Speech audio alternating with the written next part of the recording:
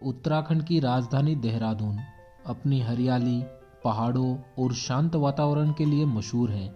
हिमालय और शिवालिक पहाड़ियों की गोद में बसा यह शहर अपनी ठंडी हवा, कल-कल बहते झरने और घने जंगलों के लिए जाना जाता है। यह शहर न केवल प्रकृति के प्रेमियों के लिए प्रसिद्ध है, बल्कि धार्मिक स्थलों के नाम से भी जाना जाता है और यहाँ घूमने के लिए साल भर मौसम सुहावना रहता है।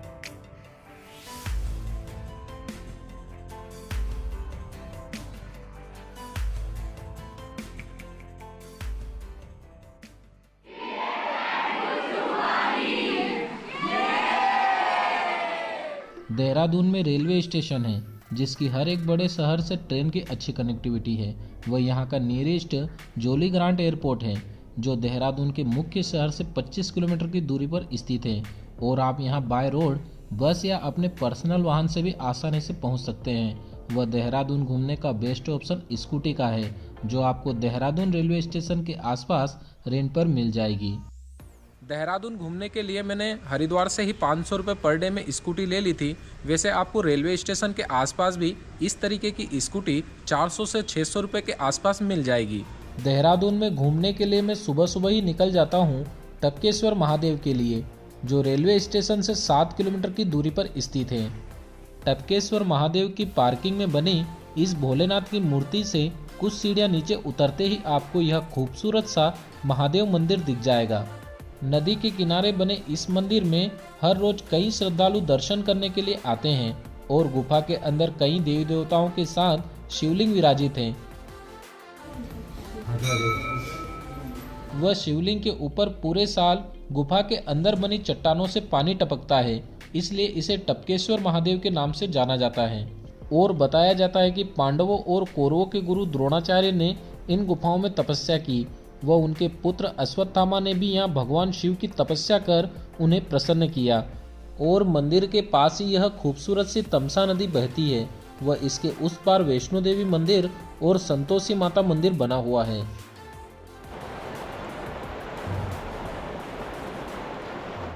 टपकेश्वर महादेव मंदिर दर्शन करने के बाद जब आप माँ वैष्णो देवी की गुफा के अंदर जाएंगे तो बीच में ये पुल दिखेगा आपको। यहाँ से इस नदी का जो नज़ारा है बहुत ही शानदार आपको दिखेगा और सामने जो है ये मंदिर की लोकेशन आपको दिख जाएगी। इस साइड में माँ वैष्णो देवी का मंदिर है और सामने ही जो है इस साइड में टपकेश्वर महादेव मंदिर है। वैष्णो देवी में एक नेचुरल गुफा है, जिसके अंदर जम्मू कश्मीर में स्थित माता मंदिर की तर्ज पर ही माँ वैष्णो देवी को विराजमान किया है। वह पास ही संतोषी माता मंदिर भी बना है और प्रकृति की गोद में बसी यह जगह बहुत ही शांत और खूबसूरत है।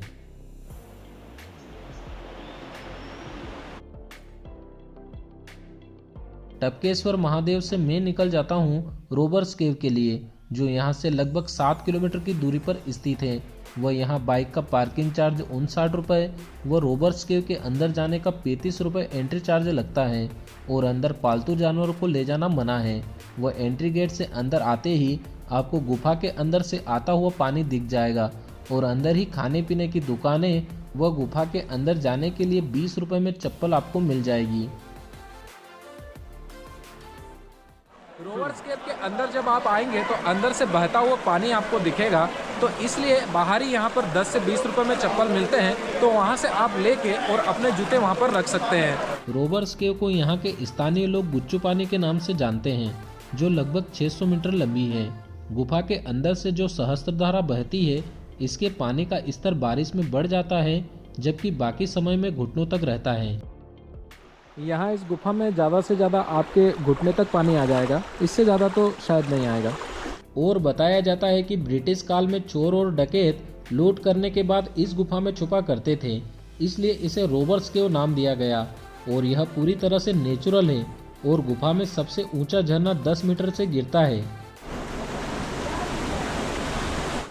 अभी मैं इस गुफा के लास्ट पॉइंट पर पहुंच चुका हूं, जहां से पानी आता है। यदि आप चाहें तो वहां तक भी जा सकते हैं, लेकिन वहां पर पानी थोड़ा गहरा है, तो वहां पर आपके कपड़े पूरे गीले हो जाएंगे। अभी मैं इस जगह से आया हूं और यहां से जो है सामने से पानी गिर रहा है, जो कि मैंने आपको नीचे से दिखाया। और ये आगे भी ट्रैकिंग होती है, थोड़ा सा आगे और आप जा सकते हैं। यदि आप आगे जाना चाहते हैं तो यहाँ पर थोड़ा फिसलन भरा रास्ता है, तो आप जाएं तो आराम से पैर रखें ताकि आपके पैर न फिसले।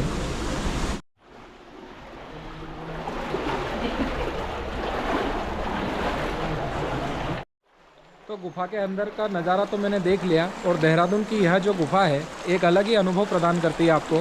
तो बहुत ही शानदार जगह है, तो आप यहाँ पर ज़रूर आना।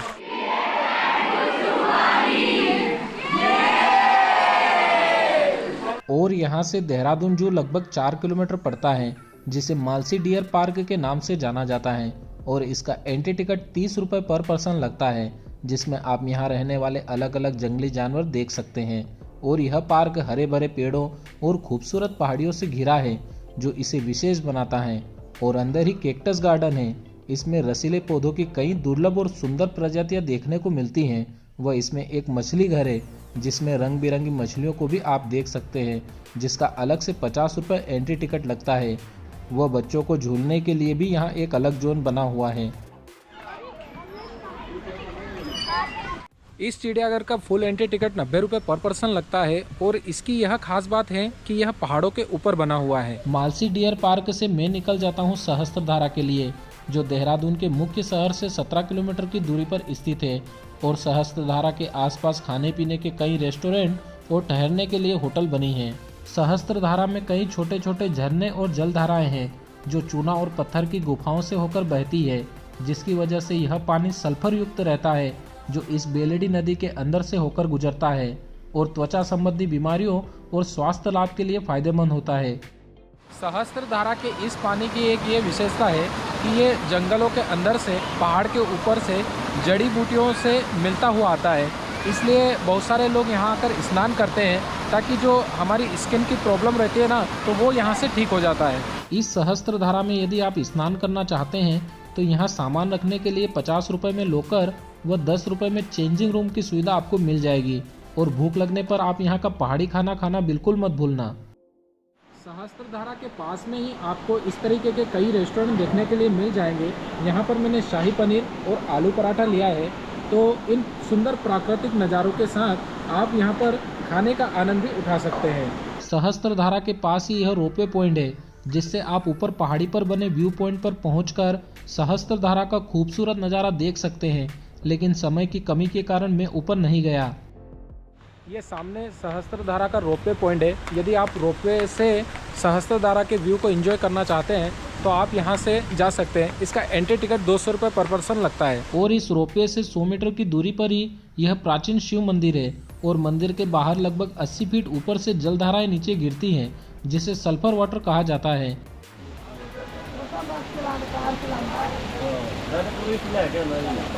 वह इन अनगिनत जलधाराओं की वजह से ही इसे सहस्त्रधारा कहते हैं। और पास ही द्रोणाचार्य जी की मूर्ति स्थापित है। वह पास में बने मंदिर के अंदर एक गुफा है, जहां पर द्रोणाचार्य जी तपस्या करते थे। और अभी यहाँ शिवलिंग विराजमान है।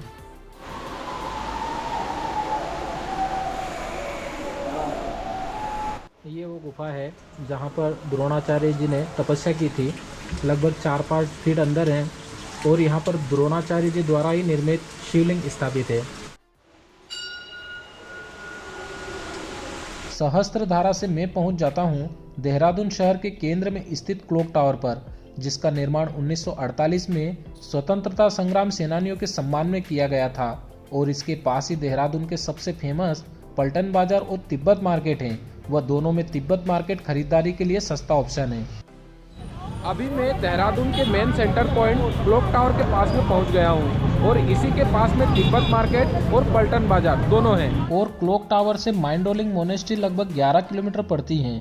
यह माइंडरोलिंग मोनेस्ट्री भारत के सबसे बड़े बौद्ध मठों में से एक है। इसे तिब्बती बौद्ध धर्म के निगम्मा संप्रदाय का महत्वपूर्ण केंद्र माना जाता है। इस मोनेस्ट्री की स्थापना 1965 में खुचेन रिनपोचे द्वारा की गई थी। यह मूल रूप से तिब्बत में स्थित था, लेकिन 1959 में चीन के तिब्बत पर कब्जा करने के बाद इसे भारत में पुनः स्थापित किया गया। और बौद्ध धर्म में माना जाता है कि इस प्रेविल को घुमाने पर पुण्य प्राप्त होता है और कर्मों का शुद्धिकरण होता है। वह एक बार घुमाने पर कई मंत्रों का जाप हो जाता है। और यहाँ ऊंची भगवान बुद्ध की मूर्ति और बौद्ध स्तूपा बने हैं। वह बुद्धिस्ट बच्चों की शिक्षा भी इसी स्थान पर होती है। और जब दलाई लामा 24 अप्रैल 1986 में यहाँ आए थे तो इस गाड़ी को उनके लिए लिया गया, जिसे उन्होंने 2013 तक प्रयोग किया और उसके बाद में उनके शिष्यों द्वारा इसे यहाँ पर संभाल कर रखा गया है।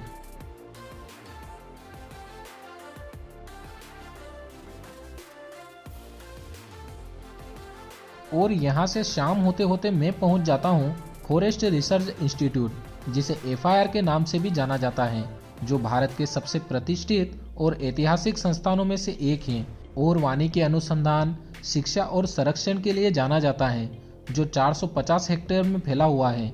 वह इसकी स्थापना 1906 में हुई थी। FIR का मुख्य भवन ब्रिटिश वास्तुकला का उत्कृष्ट नमूना है। इसे ईंटों और चूनों के पत्थरों से बनाया गया है, जो दुनिया की सबसे बड़ी इमारतों में से एक है और इसके अंदर वानिकी, लकड़ी उत्पाद, वन फसल, कीट विज्ञान, सिल्वीकल्चर जैसे संग्रहालय स्थित हैं। वह अलग अलग प्रकार के पेड़ पौधे, जड़ी बूटियां और औषधीय पौधे संरक्षित है। वह यहाँ कई फिल्मों की शूटिंग भी हो चुकी है।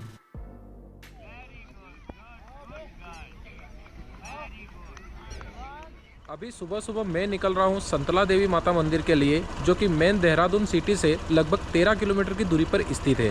दूसरे दिन सुबह सुबह ही मैं निकल जाता हूँ संतला माता मंदिर के लिए और यहाँ जाने के लिए सिंगल रोड बना है, जहाँ रास्ते में रोड के किनारे बहती हुई खूबसूरत नौन नदी आपको दिखेगी, जो यहाँ जाने वाले इस रास्ते को और भी खूबसूरत बनाती है। संतला देवी माता मंदिर के लिए जब आप यहाँ से जाएंगे तो बीच रास्ते में ये नौन नदी का बहता हुआ पानी और सामने आपको खूबसूरत पहाड़ों का नज़ारा दिख जाएगा। और यहाँ से कुछ दूरी तय करने के बाद मैं इस झाड़ी पानी नामक जगह पर पहुँच जाता हूँ, जहाँ बाइक पार्किंग बनी है और यहीं से संतला माता मंदिर की चढ़ाई शुरू होती है, जहाँ शुरुआती रास्ते में यह कुत्ता पार्टी हमारा स्वागत करती है। झाड़ी पानी से संतला माता तक की ट्रेकिंग लगभग 2 किलोमीटर की होती है, जहां इस खड़ी चढ़ाई के साथ आपको ऊंचे ऊंचे देवदार के पेड़ और पक्षियों की चहचहाट सुनाई देगी। वह यहाँ से दिखने वाले प्राकृतिक दृश्य मंत्रमुग्ध करने वाले होते हैं। वह रास्ते में बैठने के लिए चद्दर सेट लगाए गए हैं।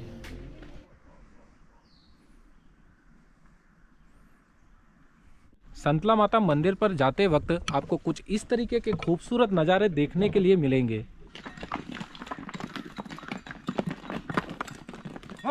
भैया ऊपर चढ़ाने के लिए है क्या घोड़े? अच्छा, माल ढोने के लिए। ओके।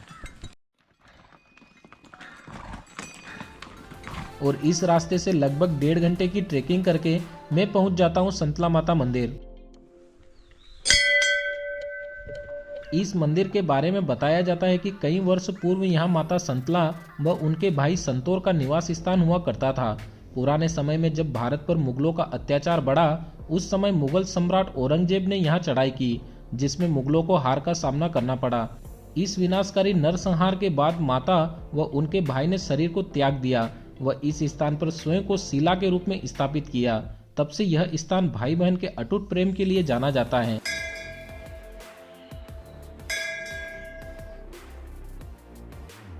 और ऊपर ही आपको माता को चढ़ाने के लिए प्रसाद व खाने पीने के लिए नाश्ता पॉइंट मिल जाएंगे। माता मंदिर के पास में ही आपको ये इस तरीके का खूबसूरत व्यू पॉइंट दिखेगा, जहाँ पर बहती नदी के साथ ऊंचे ऊंचे पहाड़ आपको दिख जाएंगे।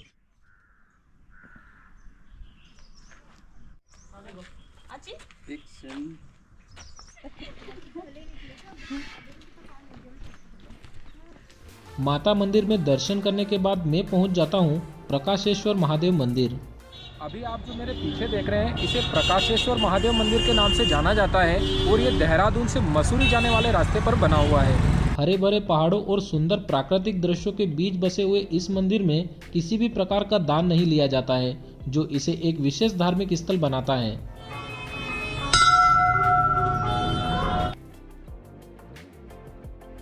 प्रकाशेश्वर महादेव मंदिर से मैं निकल जाता हूँ शिखर फॉल के लिए, जो देहरादून के मुख्य शहर से 13 किलोमीटर की दूरी पर स्थित है। और यहाँ मैं अपनी स्कूटी पार्क करके पैदल ही निकल पड़ता हूँ इस वाटरफॉल तक पहुँचने के लिए। शिखर वाटरफॉल पर जब आप जाएंगे तो आपको कुछ इस तरीके का पतला रास्ता मिलेगा, तो इस पर जो है थोड़ा सावधानी से चलना, क्योंकि यहाँ से गिरने के चांसेस ज़्यादा रहते हैं। शिखर वाटरफॉल जाते समय कुछ इस तरीके के रास्ते आपको यहाँ पर मिलेंगे। घने जंगल और पहाड़ी वाले इस रास्ते से लगभग 1.5 किलोमीटर की ट्रेकिंग करके 15 से 20 मिनट में मैं पहुंच जाता हूं शिखर वाटरफॉल। तो अभी मैं शिखर वाटरफॉल के सबसे टॉप पॉइंट पर पहुंच चुका हूं। नॉर्मली यहां तक ही आते हैं लोग इस वाटरफॉल को देखने के लिए। ऊपर से बहता हुआ आता है और नीचे भी कई पॉइंट बने हुए हैं जहां से आप इस वाटरफॉल को देख सकते हैं। बहुत अच्छा, मतलब बिल्कुल एक नए तरीके की फीलिंग हुई। इतना एडवेंचर हमने लाइफ में कभी किया ही नहीं। मैं तो नहीं की, मेरा फर्स्ट टाइम था। बहुत ही ज़्यादा नाम सुना था इसके शिखर फॉल का। देहरादून आने के बाद में अगर यहाँ नहीं आया तो समझो कहीं भी नहीं आया। शिखर वाटरफॉल अपने ऑफबीट और कम व्यस्त पर्यटक स्थल के रूप में जाना जाता है, जहां आप देहरादून की भागदौड़ भरी जिंदगी से दूर जाकर प्रकृति के करीब अपना समय बिता सकते हैं। लेकिन मानसून के समय यहाँ का जल प्रवाह अधिक होता है, इसलिए उस समय यहाँ सावधानी पूर्वक आना चाहिए।